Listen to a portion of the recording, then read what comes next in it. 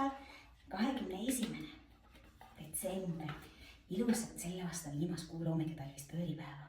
Siin on tänased 3 kaardi, valige välja nimitukaardi, kui te tunnete, et oleks õige tänase päeva energiat iseloomustamiseks või soovige nimitu soovi, kui te tunnete, et oleks tänase päeva õige või küsige oma küsimused, kuulake ära, mis kaardi teil teile öelda on. Ja tänase päeva kõige esimene kaart on karikate 2. See on suurepärane kaart, see näitab koos toimimist, koos hingamist. See võib-olla te lähete kellegagi koos kuhugi, see kaart näitab häid kavatsusi, häid tundeid, see tähendab ka väga suurt armastust. Teie partner väga hoiab teid, kui te teete koostööd, teil koostöös sujub, te mõtlete ühtemoodi. Karikate 2 fantastiline kaart.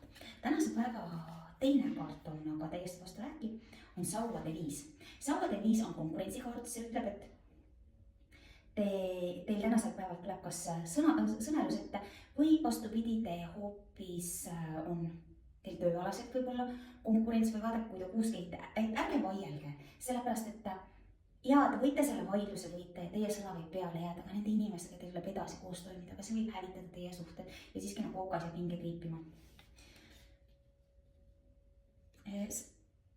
Nagu te näete, teil kõigil on ühine eesmärk see tuli sealt kätte saada.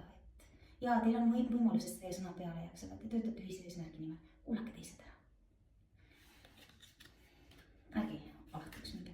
Ja kaart number 3 on karikate 6. Väga võimalik, et te olete ühenduses mõne vana sõbraga või meenutate minevikku, meenutate midagi, mis on olnud. Võimalus on ka lihtsalt selline nostalgitsemine, kuna siiski on selline jõulu- ja nostalgia aeg. Või siis hoopis vastupidi, mingeid toimetusi tehes tuleb teil meelde keegi teie minevikus, näiteks vanaema, kui jõulutoite tegite, kuidas ta sülti keetis, mis olid tema nipid. Fantastilised kaardid. Homsete kaartidega näeme juba homme.